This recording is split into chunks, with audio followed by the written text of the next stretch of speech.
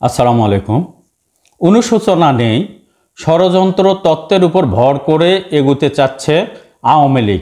অর্থাৎ July August যে গণহত্যা চালিয়েছিল এ বিষয়ে আওয়ামী লীগের কোনো ধরনের সূচনা নেই, অনুশোচনা নেই। তারপরেও তারা এগিয়ে যাবে, তারা আবার রাজনীতি করবে, দেশে ফিরে আসবে। কিভাবে? ষড়যন্ত্র তত্ত্বের উপর ভিত্তি করে। কারণটা কি? কারণ হচ্ছে আওয়ামী লীগ মনে করছে যে দেশি বিদেশি ষড়যন্ত্রের ফলে তাদেরকে এই দেশ থেকে বিতাড়িত করা হয়েছে। এটা কিন্তু আওয়ামী লীগের নীতি নির্ধারণী ফোরাম এখন মনে করছে।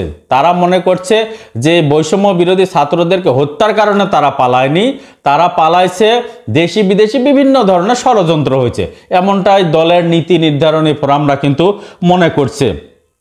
এখন তারা ভাবছে যে তারা দেশে ফিরে আসবে। এর কারণটা কি? কিভাবে আসবে? তারা মনে করছে যে অন্তর্বর্তী সরকারের যে প্রশাসনিক ব্যর্থতা, এই ব্যর্থতার উপর ভর করে তারা হয়তো ফিরে আসবে। তারা মনে করছে যে প্রশাসন নিয়ন্ত্রণ করতে অন্তর্বর্তী সরকার অনেকটা ব্যর্থ, অর্থাৎ প্রশাসন এখনও আওয়ামী লীগের পক্ষে আছে এমনটা তারা মনে করছে। তারা মনে করছে যে যেভাবেই হোক তারা দেশে কিন্তু ফিরে আসতে পারবে। বিভিন্ন বিশ্লেষকরা বলছেন যে 15 বছর ধরে রাষ্ট্র চালাতে গিয়ে আওয়ামী লীগের ভিতরে এক ধরনের অহংকার কাজ করছে। এই অহংকারের কারণেই কিন্তু তাদের পতনটা হয়েছে। তারা যে অহংকার করলো, এই অহংকারে রাজনৈতিক দলগুলো আওয়ামী লীগের শত্রুতে পরিণত হলো। পাশাপাশি এদেশের সাধারণ জনগণও কিন্তু আওয়ামী লীগের শত্রুতে পরিণত হলো। অর্থাৎ তাদের যে অহংকার, এই অহংকারের কারণে সাধারণ জনগণ তাদের উপরে বিরক্ত, তাদের উপরে ক্ষিপ্ত। সাধারণ মানুষ আওয়ামী লীগের এই যে বৈষম্য বিরোধী ছাত্র আন্দোলনে তারা যে অসংখ্য ছাত্রকে হত্যা করলো, সাধারণ মানুষ কিন্তু এখানে একটা নেতিবাচক প্রভাব ফেলছে। সাধারণ মানুষজন মনে করছে যে ছাত্ররা কোটা আন্দোলন করছে, করুক, সেখানে তারা মানতেও পারে, নাও মানতে পারে, কিন্তু গুলি করে হত্যা করার নির্দেশ দেওয়াটা এটা কিন্তু জনগণ ভালোভাবে নেয়নি।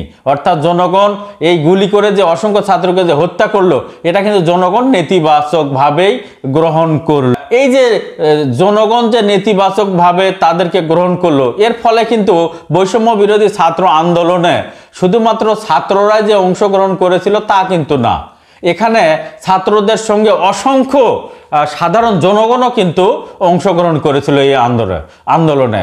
এরপরে দেখেন, এই 76 বছরের মধ্যে আওয়ামী লীগের এই যে পালিয়ে যাওয়ার পরে যে সংকট, এই সংকট কিন্তু এর আগে আওয়ামী লীগ এই সংকটের মুখে কখনোই পড়েনি। কি ধরনের সংকট আমি একটু বলি, যে এ দেশের সবচেয়ে বড় বড় যারা আওয়ামী লীগের নেতা ছিল তারা কিন্তু দেশে নেই, বিভিন্ন দেশে পালিয়ে আছে। পাশাপাশি এই দেশে যারা আওয়ামী লীগের বড় বড় 2-4 জন নেতাকর্মী আছে তারা কিন্তু আত্মগোপনে, দীর্ঘ 1 বছর হয়ে গেল অন্তর্বর্তী সরকার, তারা কিন্তু আত্মগোপন থেকে বের হতে পারেনি।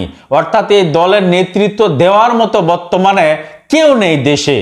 এই পরিস্থিতিতে এই দল ষড়যন্ত্র তত্ত্ব ছাড়া এই দেশে ফিরে আসা অসম্ভব। কারণ হচ্ছে তারা কার উপরে ভর করে ফিরে আসবে? দেশে তো নেতৃত্ব নেই, তাদের অফিসগুলো বন্ধ, তারা রাজপথে নেই। একটা রাজনৈতিক দলকে ফিরে আসতে গেলে তাদের কিছু নেতাকে এ দেশে স্টিল থাকতে হবে এবং নেতৃত্ব দিতে হবে, মাঠে থাকতে হবে, কিন্তু তারা কি আছে? নাই, তারা বিভিন্ন দেশে পালিয়ে আছে। সুতরাং তাদের এই ষড়যন্ত্র তত্ত্বদের দেশে ফিরে আসা অত্যন্ত কঠিন। এই দলের এখন পর্যন্ত কিন্তু দায়িত্বে আছে শেখ হাসিনা। আপনারা জানেন শেখ হাসিনার নামে অসংখ্য হত্যা মামলা আছে। এই হত্যা মামলাগুলো নিয়ে এই দলকে নেতৃত্ব দেওয়া বা দল পরিচালনা করা অত্যন্ত কঠিন।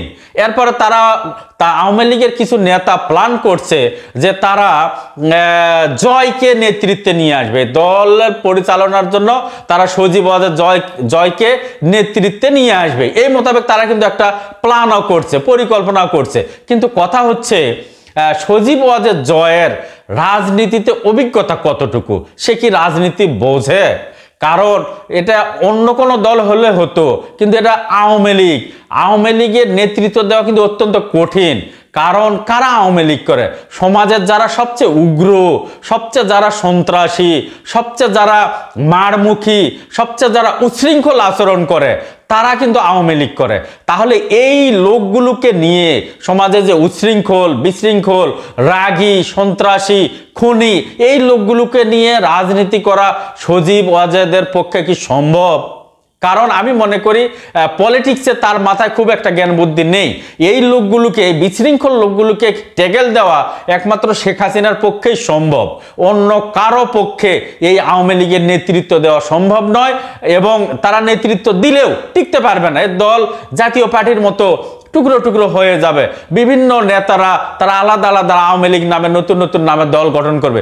সজীব ওয়াজেদ জয়ের পক্ষে এই আওয়ামী লীগকে সুসংগঠিত করা, পুনর্গঠিত করা এবং এই দলকে দাঁড় করানো অসম্ভব ব্যাপার।